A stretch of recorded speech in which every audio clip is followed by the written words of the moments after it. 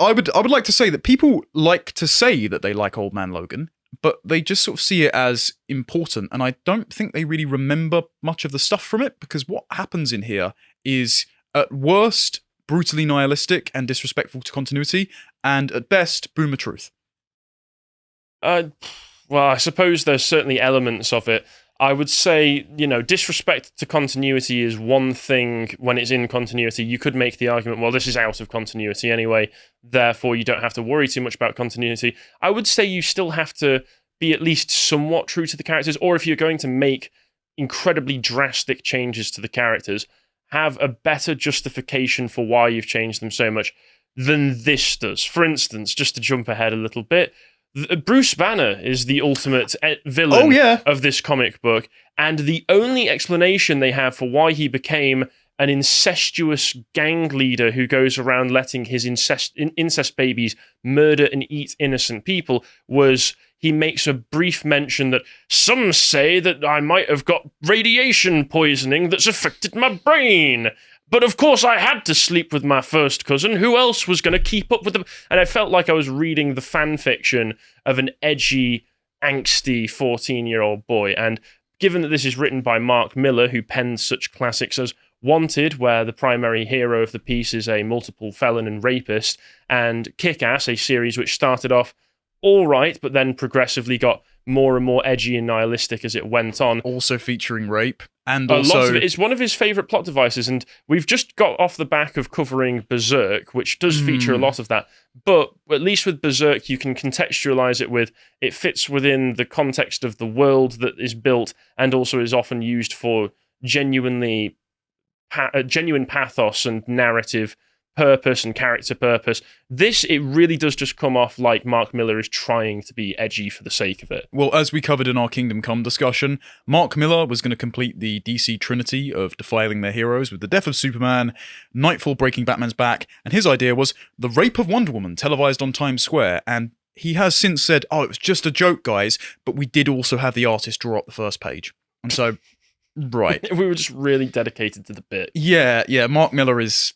No, not great. And we'll get into some of his storytelling tropes as we dive into Old Man Logan. Feel free to flip through as we go through. You'll be seeing some of the panels on screen. So Old Man Logan takes place 50 years after all the superheroes were killed.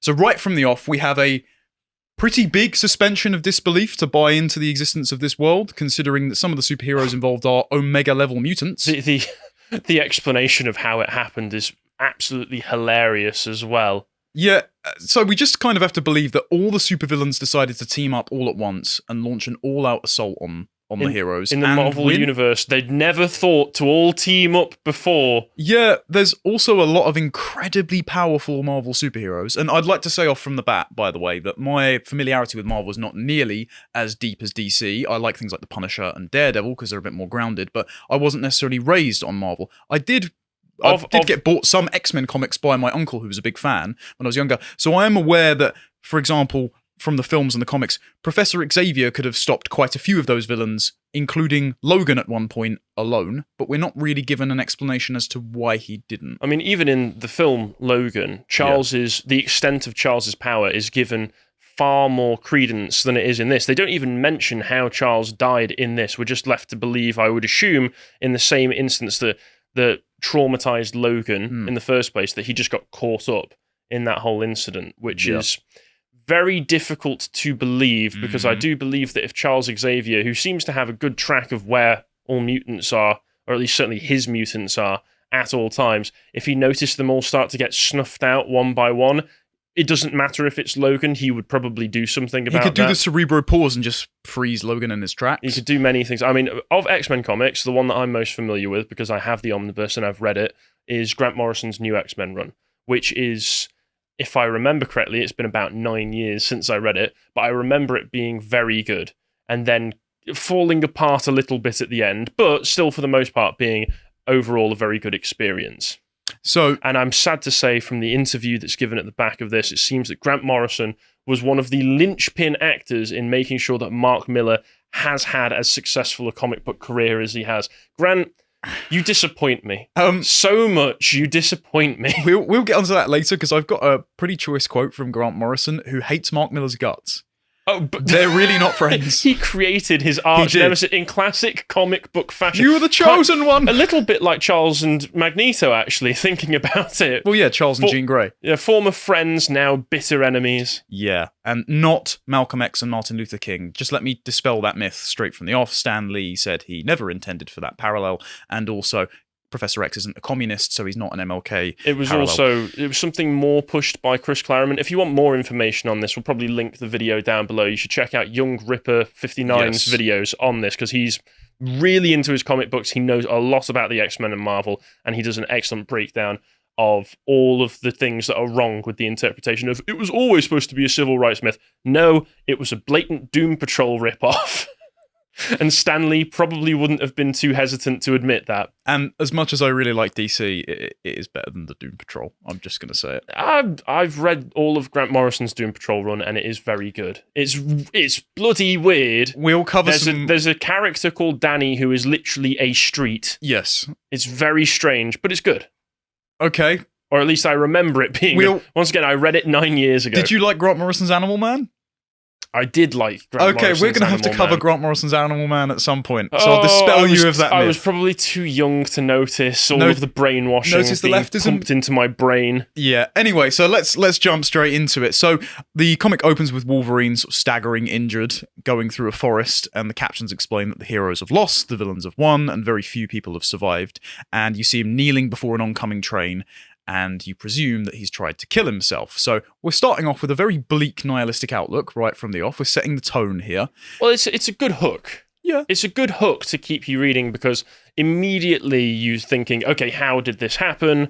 What is it that led to this? Why after all this, how has Wolverine failed to the point that he would try and kill himself in this way, and obviously fail to do so? So, you know, I wouldn't necessarily say it's nihilistic. I would say it is a good hook for the narrative, although I will say this does become very nihilistic by the end of it. So then it cuts to Logan riding on horseback through his home in Sacramento, California, and he, much like Clint Eastwood's protagonist in Unforgiven, which is a heavy inspiration for this, lives on a also farm. Much better than this, and something you should watch. Yeah, Unforgiven and parallels to this and Logan are quite interesting, because Unforgiven ends in a more nihilistic place than it started, whereas the actual film Logan, and even this to an extent, ends in a more hopeful place, because Unforgiven begins with Clint Eastwood's character, William, sort of crippled and down on himself and unwilling to engage in violence, and then by the end he becomes the villain in defeating the town's villain, whereas this, even the most miserable story possible, Logan redeems himself slightly at the end of this, and definitely does at the end of the film. In the most contrived way imaginable. Contrived, definitely. Purely so that you can go see kind of a happy ending, even though I would say, for all intents and purposes, as we'll get on, for the reason that Logan set off on this journey in the first place, he utterly and completely failed. Yeah. Which means that when the moment comes, my actual emotional investment in this just fell off a cliff. Totally valid. So he's been unable to sell his pigs, he's been unable to make rent, which he's paying to the Hulk gang, and for anyone that asks, he denies having ever been a superhero because he carries a great shame with him that he allowed the villains to win. And the Hulk gang show up, they come to collect the rent that he can't make good on, and he refuses to pop his claws. He also has a family at this point. He's got a wife and 2 children, a boy and a girl, who all seem to be aware of what it is that he used to do, but they don't like to talk about it at the table. Yeah, and he refuses to defend himself when the Hulk gang show up in their weird Fantastic Four flymobile and decide to beat the crap out of him and emasculate him in front of his son. It's all very Mad Max, this aspect of it, where you're in the fallen world where the relics of the superheroes have been appropriated by the villains, and in some cases, such as the fact that this is the Hulk gang, they are all directly related to the Hulk, and Jennifer Walters here is just a complete redneck for some reason. Well, that's not Jennifer.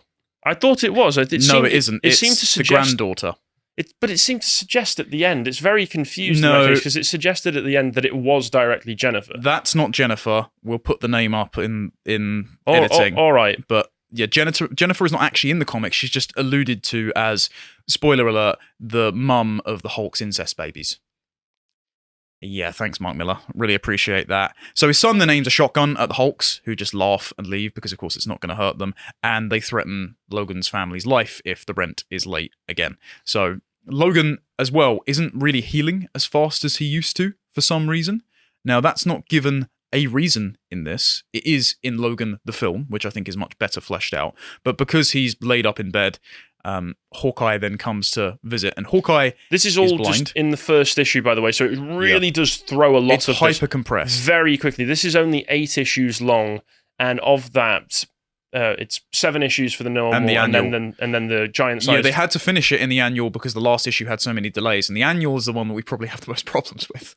Well, yeah, that's the problem for me, is that the annual seems to have been pretty much purely done to facilitate, like, oh, now we get the badass revenge plot killing spree. And it's just, it's very irritating. There is a brief moment where Logan fantasizes while he's being talked down to by the Hulk gang right before they give him a beating to let him know what will happen if he doesn't make the rent. He fantasizes about killing them, but then it cuts back to reality, and you see that he's still just being denigrated. He's got his eyes down, he's facing the ground, he's feeling ashamed at the fact that he can't do it, but he can't bring himself to do it. And it's heavily implied there's some form of trauma that's caused that, and you think to yourself as the reader, well, there's got to be an element to this that isn't just failure. It's not just that I failed to stop the supervillains. It must be something deeper than that to make it so that he's so beaten down that he can't even bring himself to pop his claws and defend himself. Yeah. And I will say, as a result of that, a lot of this story seems to be purposefully built purely for the sake, and I understand you do this as a writer. If you try writing fiction, oftentimes you will come up with what you think are cool ideas and iconic moments, potentially iconic moments, in your mind, and then you try to structure a story to reach those moments. And the art of crafting a story is being able to make everything fit logically, piece together a world that facilitates those.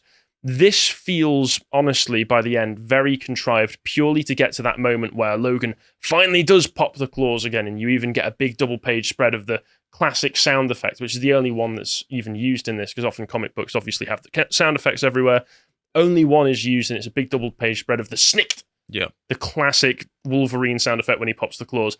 This whole story is set up purely to facilitate that. Yeah, and the lack of connective tissue between a lot of the villain cameos you get means that much of it feels like a trail of member berries. Yeah, Doctor Doom shows up for 2 panels just so that he can look over. Emma Frost shows up just for the sake of being Emma Frost in the story. Venom and Anti-Venom show up randomly. Not only does Emma Frost show up just to show up, she saves them for no given reason. She just shows up as like, I saved you. Why did you save me? Let me talk about something else. To watch the full video, please become a premium member at lotuseaters.com.